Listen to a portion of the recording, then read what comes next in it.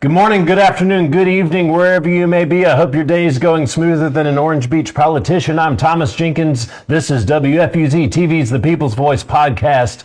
I'm in the studio with Blair. Blair, what's going on today? So we haven't made a video in a little bit, but I know we have a lot of new followers. Thank you if you're following us. Welcome. You may have followed us because you are concerned about corruption in your local government. If so, welcome. You're in the correct place. Geez, there's so many topics we could dive into. But first of all, let's talk a little bit about where we live in Gulf Shores. There's a lot going on here, and people have asked us repeatedly, are you going to cover Gulf Shores? Are you going to cover Gulf Shores? Well, yes, I covered Gulf Shores a lot for almost a year ago when I ran for city council. I have been reaching out to them. I've been in communication with them. I've met with almost everybody there. And behind the scenes, there's just so much going on that you people have no idea what I'm actively doing with each entity around here, including the cities, the counties, the state, the congressmen. Like, there's constant communication and things happening. Yeah, some of you have been with us since the traffic cone video. Yes. If you know anything about where we started, you'll know that it has been my whole goal to really focus on better relationships between our city and the county and the state and everybody getting them on the same page, because it is just a lot of infighting and a lot of mess going on there. How's that going? Well, I don't even know. But starting out, we are going to focus on Gulf Shores a little bit more, and we plan to go to their future council meetings to be very upfront. We have not gotten approval to go in and film, where Orange Beach has given us that, and the county has given us that, and other municipalities, we have permission to do that when appropriate. So I'm really just waiting on, not that we need permission, it is your First Amendment right as freedom of the press to come in and film things. Like, that's not really what it is, but it's just a matter of respect and keeping lines of communication open. When we post these videos, by the way, we don't edit them unless it's just a really long video, which we'll always put the long video up on our YouTube and most of the times on our Facebook. But we do take out highlights just like any other news source would. So that, just putting that out there for people that think, oh, you're editing this, you're chopping it up. Like, we do capture highlights, but we don't rearrange it or edit for the most part, unless we're making like a funny video about Josh McKee or somebody that totally deserves it. So let's circle back around to the time that you ran for office. We were going to talk a little bit about that and what we went through as a family dealing with things. Yeah, so for people that say Gulf Shores needs a CC Moreno, or, you know, we need to have people calling out Gulf Shores. Okay, I did that. And let me tell you a little bit about what I experienced and what became of all of that.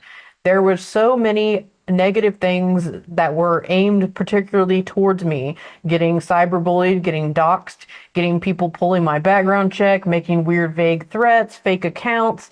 These people were, and we have proof, were connected to people in the Gulf Shores law enforcement. They weren't law enforcement officers, but they were connected to former law enforcement officers and in with a certain little clique of administrative people. So yes, it is true that you are targeted by, you know, political elites or insider type families and people. That is a total thing when you run for office and when you come out there. Did I almost get into a fist fight outside of a popular local pub? Yes. Yes, I did. That almost happened.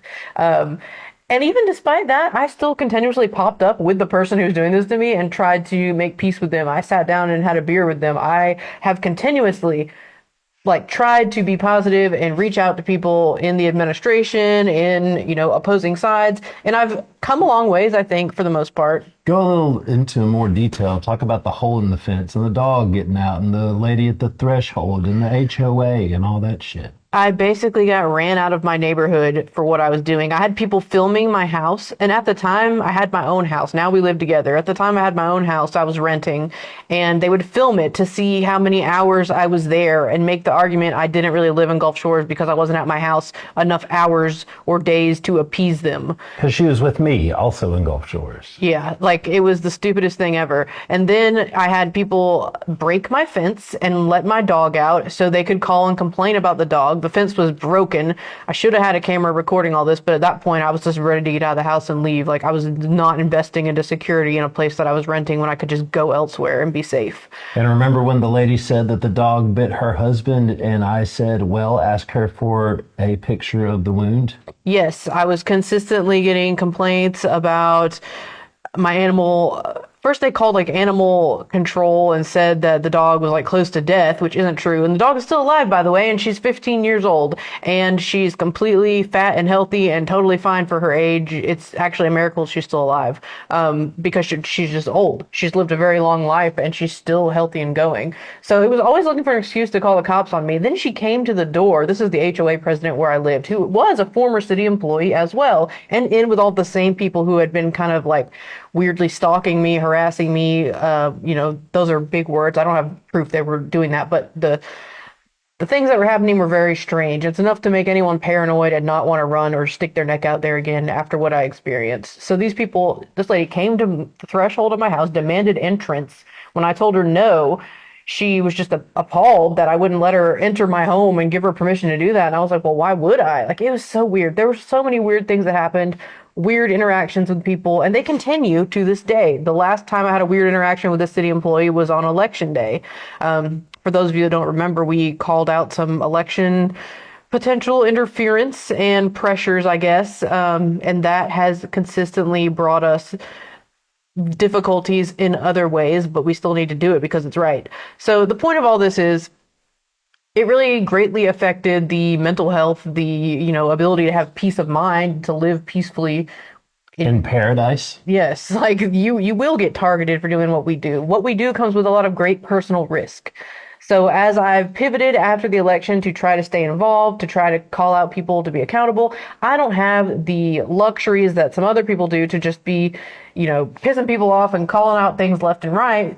I wish I could, but, I've got to play the game a little bit. I've got to try to be what I was actually legally trained to be, which is a mediator, a conflict resolution specialist. For those that don't know, I trained in the Middle East and I did Israeli-Palestinian conflict. So I try to resolve conflicts the most I can. I try not to be too hasty. I try not to jump down people's throats, but sometimes you have to defend yourself.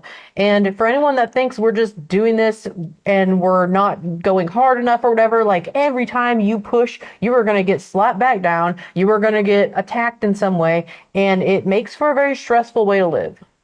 And lied to, and people dangling money in our face, acting like they're going to help us with something, but it's met with certain conditions, right? Right. And even in our personal lives and our jobs that we have full-time jobs and careers, people.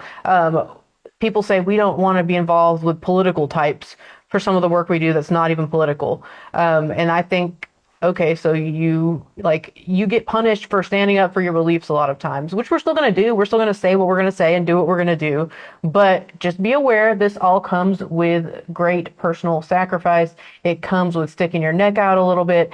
And I'm sure for every other truth seeker out there and person who's calling things out can relate, because it is not, you don't just do it for the views or for the likes. Like, you do it because you feel compelled for what is right. And you will get attacked for it. You will get stressed out. You will end up in tears a lot, and you will suffer. But with that suffering is the responsibility that we feel entrusted to do sometimes. So we will continue to do what we do. Like, we got attacked just for putting a video out where we didn't edit it at all or give any commentary. Just putting a video out. And threatened. Called drama seekers, said we were going to get sued, said we're going to pay the price. Like, yeah, we're going to pay for that. We're going to answer for it. Or literally just filming a public meeting and putting it online. I don't understand that, but okay. And it's not just us, people at Lanyap, friends at other media outlets, the same thing. They get weird, kind of threats as well for just trying to make information public, which brings me to my next, topic of discussion here. Speaking of public information, let's talk about body cameras, if you would. I guess. And why wouldn't you want to release them? That's the question that I'm asking. Why was there a woman will we name the woman? You all know who it was. She came to the Mindy meeting. Bickering. She came Mindy to the Bickering meeting. at the meeting there, asking to not release body cam footage. Why? Why were you asking that? Yes, I don't understand her reasoning, really. She made an argument that it's privacy concerns, it's someone's worst day. Like, okay, I get that. But also, I'm from a state where we had sunshine laws. Alabama is supposed to have a similar thing, Open Meetings Act, whatever. But in Florida, the sunshine laws are broad. And anybody that's a citizen can request body camera footage from any agency and get it. That's just the way it is. And for me to move to a state where that's not the norm is kind of strange. And I don't really understand the public good of that, because it helps protect the police officers. It helps protect the people who are being arrested. It helps protect everybody. I understand like editing it for like, nudity or like whatever private situations may come up or for minors, but generally police interactions need to be looked at. It should be public record. I don't really see an argument against that as a broad overarching premise. Yeah. And then she had the gall to write us to say, you ruined my reputation. You did that to yourself. So that's that's just interesting to me. But regardless, if there is a law in Orange Beach, which from what I understand there isn't, it's public policy to not release this. I believe that is counterintuitive to what all the other states and many other municipalities do. I believe we should be on board with transparency and accountability and body camera footage. Yeah. Mostly like from a law enforcement side, I worked for the sheriff in another county. He advocated for body cameras. We didn't have them there in Escambia County either until he brought them, wide because they're quite pricey. If you have them and you're paying that high cost for them, they are expensive from the taxpayer. Why not make that information widely available? That's why we're paying for them, I think. So, other topic, I guess, to touch on is right now there are some elderly politicians who tend to be reaching their end of days and Mitch McConnell passing away, perhaps.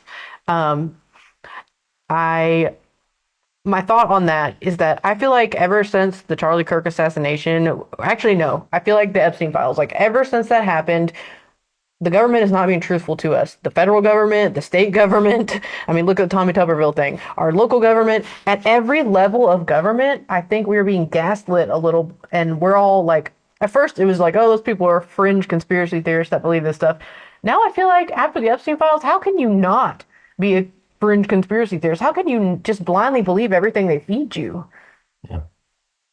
We're being lied to at all levels. And I think that we have to poke and prod and scrutinize everything placed in front of us by a media outlet or by government officials, these spokespeople, these statements. Like, it doesn't add up. It hasn't added up really in the past several, presidential administrations. There's a lot being hidden from us. Even Trump come out about UFOs. Like, there's just so much going on that we need to look carefully at all levels for the truth. Yeah, and for those people that were in our comment section, oh, this is tacky, social media is the worst, y'all need to stop. We were requested to be at that meeting and cover it because there's certain videos that have gone missing, and we were allowed access to go tape that meeting. And so basically we are becoming a bona fide media outlet, and we love that, and we're going to continue to do it. Argue in the comments below. It's not going to stop us, though. Also, we are not drama seekers or anything like that just because we want to cover things and make them public. I don't understand how that's wishing for drama. Like, we're not the people going up there speaking this time. Sometimes we will, though, if we really feel the need. It's been a while.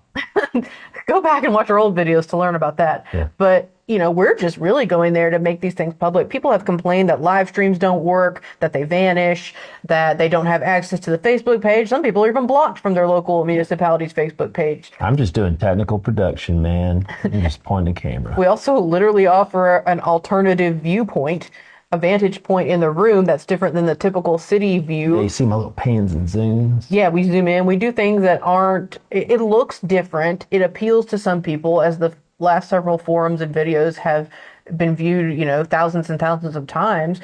We get asked to do that, and we do it, and we do it for free. If you'd love to donate, that'd be great. But most of it, we do it for free.